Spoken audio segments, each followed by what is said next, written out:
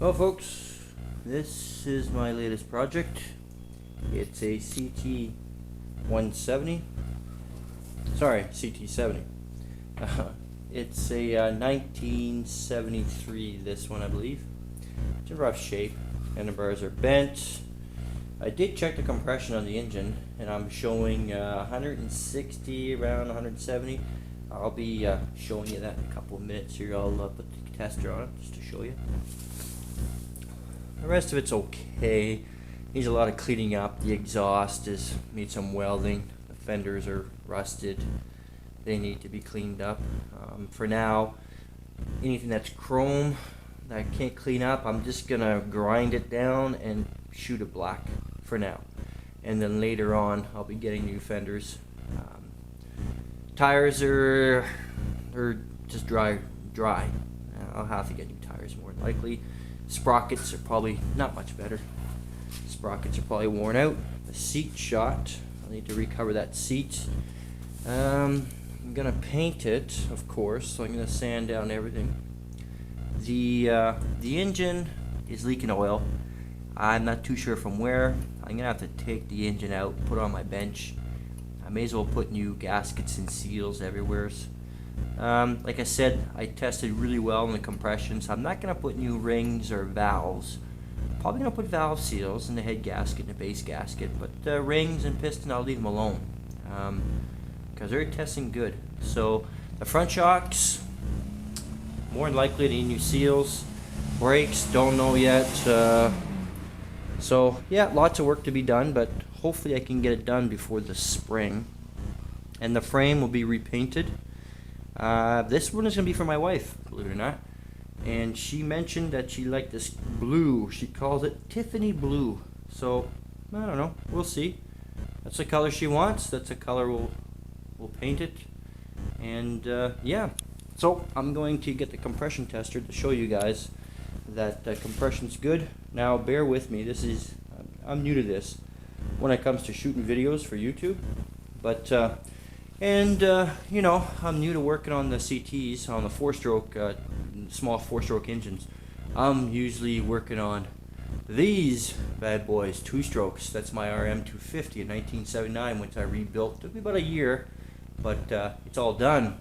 And just on the other side of that, it's another CT70, but a 1977, which needs total restoration. That one there, I did check the compression. I'm only showing 90, so that one needs a complete rebuild. But yeah, so okay, let me get the compression tester and I'll show you.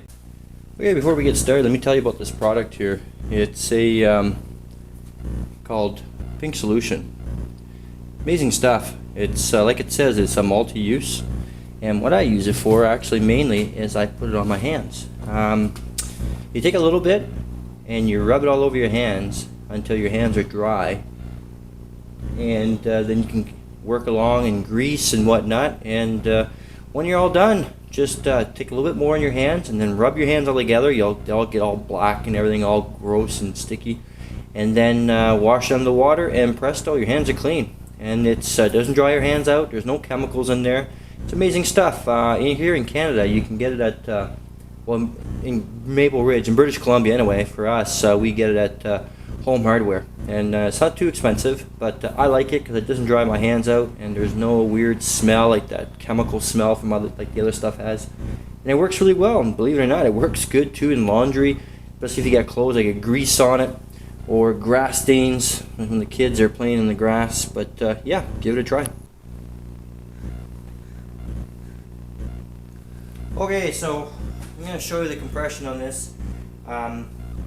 Just remember, it takes a 10 mil adapter to check the compression, to thread it in. It's a small spark plug. And as you can tell, kickstart, I don't know what they did there, but it needs to be replaced, of course. It looks like it's welded on the shaft. I hope I'm wrong, but they just put a piece of pipe at the end of this thing and they just, whatever. It's MacGyvered on pretty good. Anyway, okay, we'll kick it over. You're supposed to give it full throttle when you're kicking it over. So I give it full throttle, which is not too hard because it's sticking. So you look at that too. As you can tell, the handlebars are pretty darn crooked. So I'll I'll try to straighten these out too, and I'll grind them down because the chrome is shot, and and I'll grind them down, and I'm going to paint them black. Same with the fenders.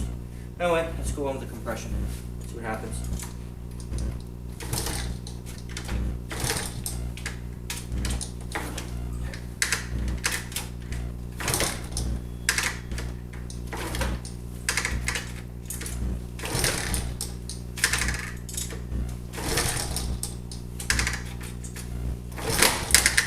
Yeah, definitely get a new kickstart.